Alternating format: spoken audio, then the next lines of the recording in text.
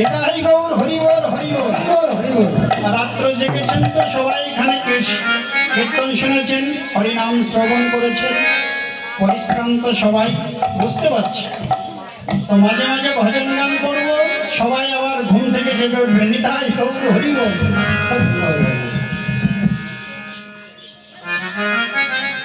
তাই আজকে নিধুবন ভরে গান করছেন, মাতিয়ে দিয়েছেন নিধুবন।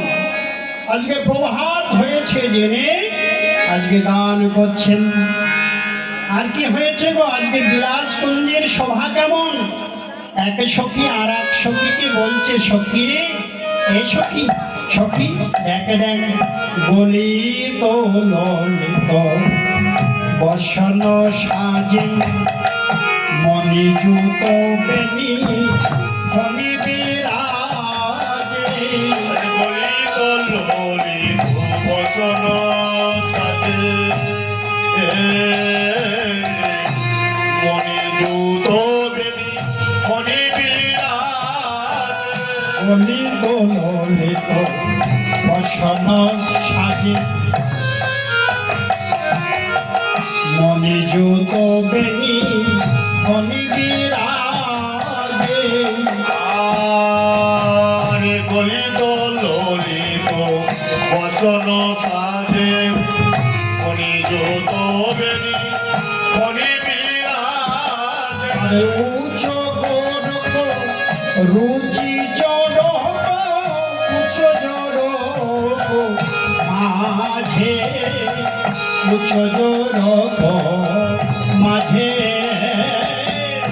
উচ্চ করক উচ্চ জরক রুচি জরক মাঝে উচ্চ জরক মাঝে।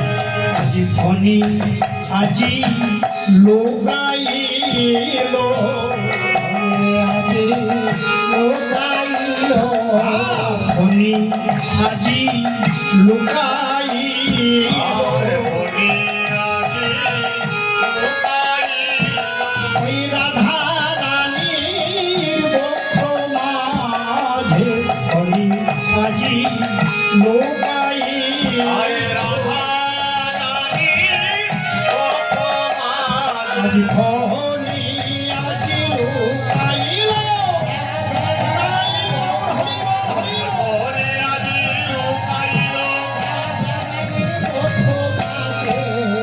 ফণি আজি লোকাইল। ফণি গলিত ললিত বসন সাজে মণিযুত বেনি ফণি বিরাজ। আজকে বসন সবই তো বিগলিত। রাধা গোবিন্দের বিলাস কুঞ্জে রাধারানীর যে বেনি, আজকাল তো আমার মায়েরা সব চুল ছোট ছোট করে ফেলেছে, তেলের খরচা বাঁচিয়ে দিয়েছে বাবাদের, বাবরি চাট। আজকাল চুল ছোট করতে করতে অনেক ছোট ছোট করে ফেলেছে। তা রাধারানীর চুলটা কিন্তু অনেক বড়,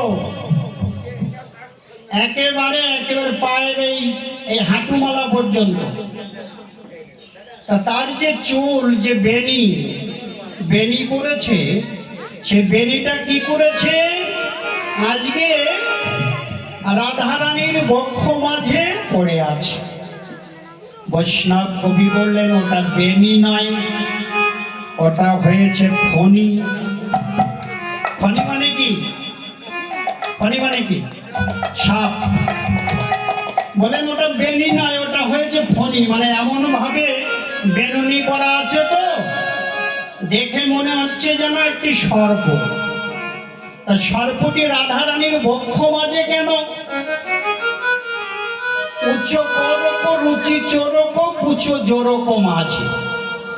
এই বক্ষ মাঝে কুচ জোরকের মাঝখানে বেনি আজকে লুকিয়ে আছে। কেন? কার ভয়ে?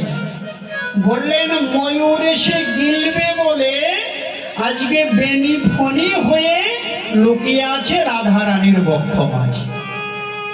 দেখেছেন কি সুন্দর সিদ্ধান্ত বৈষ্ণব কবি। হ্যাঁ, ময়ূর কেন, ময়ূরের কথা বলছেন কেন? গোবিন্দের মস্তকে থাকে চূড়া, চূড়ায় স্থিত যে ময়ূরের পাখা, বুঝতে পারছেন এবার? ওই ময়ূরের পাখাকে ময়ূর ভেবে আজকে বেনি ফণি হয়ে রাধারানীর বক্ষ মাঝে লুকিয়ে আছে, যাতে ময়ূর এসে না ধরতে পারে। নিতাই গৌর হরি বল, হরি বল, হরি বল, হরি বল। মা দেখুন, এই যে রাধা গোবিন্দের লীলা রস, এটি হলো নিষ্কাম প্রেম। এখানে কামের ভাব আসলে অপরাধ হয়। নিষ্কাম প্রেমটি কেমন? শাস্ত্রে বললেন, অকৈতব কৃষ্ণ প্রেম যেন জাম্বু নদ হেম। সেই প্রেম নিরলোকে কভু নাকি হয়, যদি হয় যোগ না হয় বিয়োগ, বিয়োগ হইলে কভু না জিয়। প্রেমটি কেমন? বলেন অকৈতব কৃষ্ণ প্রেম। অকৈতব শব্দের অর্থ কি? বলেন যার ভিতরে কোনো কৈতব নাই। কৈতব বলতে কি বুঝি? কৈতব বলতে হলো আমাদের এই যে মায়ার জগৎ, মায়া মোহ, এগুলো হলো কৈতব। বললেন কৈতব থাকলে হবে না, অকৈতব হতে হবে, মায়া শূন্য হতে হবে। তাই বলেন অকৈতব কৃষ্ণ প্রেম যেন জাম্বু নদ হেম। প্রেমটাকে আরো পরিষ্কার করছেন, কি বললেন? যে সপ্তদ্বীপা পৃথিবীর মধ্যে একটা দ্বীপ হলো জম্বুদ্বীপ। সেই জম্বুদ্বীপের অপর কূলে বিশুদ্ধ স্বর্ণের জন্ম হয়। প্রেমটাকে এতই স্বচ্ছ করলেন যে ওই বিশুদ্ধ স্বর্ণের মতো হলো আমার রাধা গোবিন্দের প্রেম, এতই নির্মল, এতই পরিষ্কার, এতই স্বচ্ছ। যদি হয় যোগ না হয় বিয়োগ, বিয়োগ হইলে কবু না হাজি হয়। এই নিরলোকে তো সম্ভব নয় এই প্রেম হওয়া। বলেন যদি হয় যোগ, আচ্ছা যদি একবার যোগাযোগ হয়ে যায় তাহলে আবার বিয়োগ হয় কি করে বাবা? ধরুন রাধা গোবিন্দের সাথে আপনার যোগ হয়ে গেছে, সেখানে আবার বিয়োগ আসবে কি করে? বলেন বিয়োগটা মানে হলো বিচ্ছেদ হওয়া, বিচ্ছেদ।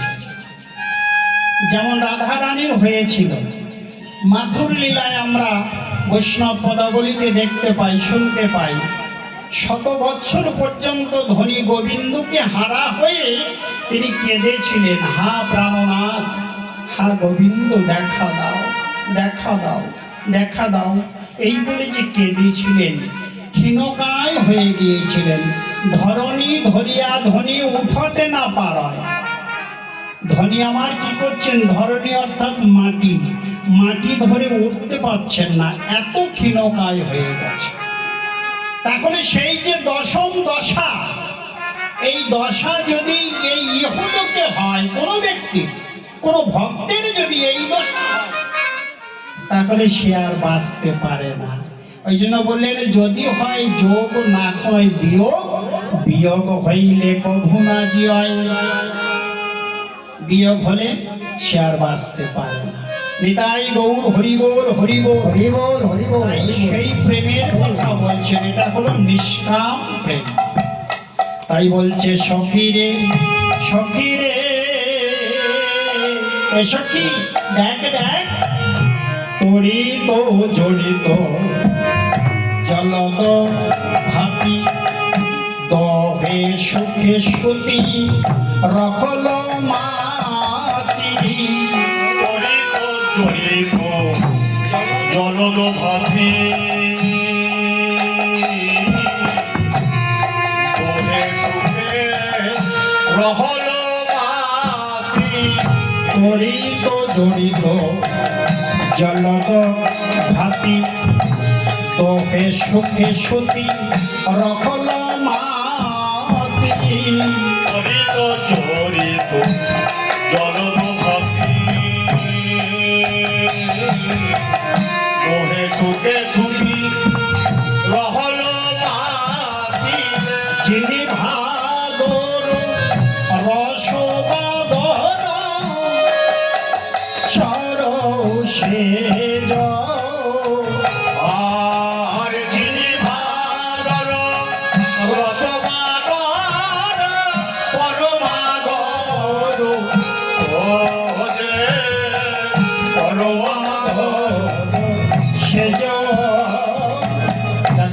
রসের বাদল নেমেছে রসের বাদল নেমেছে রসের বাদল নেমেছে গো রসের বাদল নেমেছে গো আরে এই না বৃন্দাবন মাঝে রসের বাদল নেমেছে আরে লীলা বৃন্দাবন আর যাই রে ভাবের বলিহারি হৃদয় গৌর হরি বল হরি লীলা ভাবে বলে হারি